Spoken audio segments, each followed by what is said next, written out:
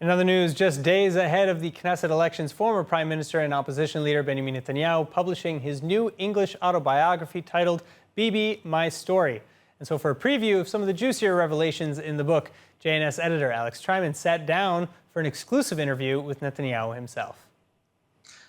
We read in the news this morning that the UN Permanent Commission of Inquiry against Israel, led by Navi Pillay, has just once again cited Israel for violating international law. You spent a lot of time at the United Nations as Israel's UN ambassador. Is the UN an anti-Semitic body, and have you ever considered that Israel should potentially leave the United Nations? Yeah, I considered it a few times, and actually stopped the payments to the UN after one particularly egregious anti-Israel move that they made. But,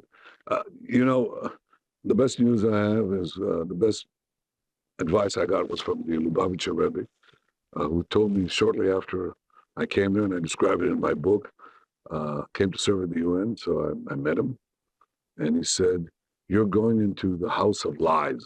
That's how he called it, the house of lies. And remember that even in the darkest hall, if you light one candle of truth, its light will be seen far and wide. And he told me that's your job, is to light the candle of truth, before the peoples of the world. Well, I tried to do that. And you can use the podium in the UN to do exactly that. In other words, they lie about us, they slander us, they vilify us, but we can also point out the truth to the representatives of the nations and public opinion around the world. It's a good podium. It's a good bully pulpit, actually. You talk in your book. I bullied quite a lot there. You talk in your book about how the Clinton administration actually put together efforts to try to keep you from becoming the Prime Minister of Israel. Yeah.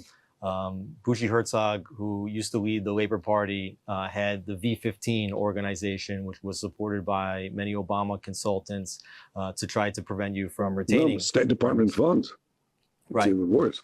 Now, Herzog was the president of Israel, and he's about to travel to the United States just days before a general election.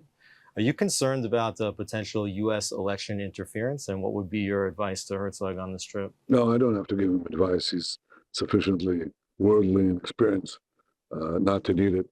But I would say that have American administrations tried to intervene, especially against me? The answer is yes. Clinton openly admitted it. And again, under President Obama, the State Department gave hundreds of thousands of dollars to NGOs working to topple my government. There's no question in an election campaign. So there's no question about that. Was that effective? I don't think so. But I would advise them not to do it. I don't do it contrary to common law. I don't intervene in American elections. They shouldn't intervene in ours. We're free societies, real democracy. And you don't do that in democracy.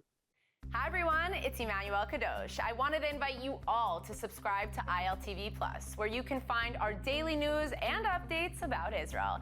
And not only that, but live feeds, entertainment, our kosher food show, and so much more. Needless to say, your subscription to ILTV+ helps us grow and create more content while also supporting the state of Israel. Our app is available on all platforms and devices, so I'll see you guys there.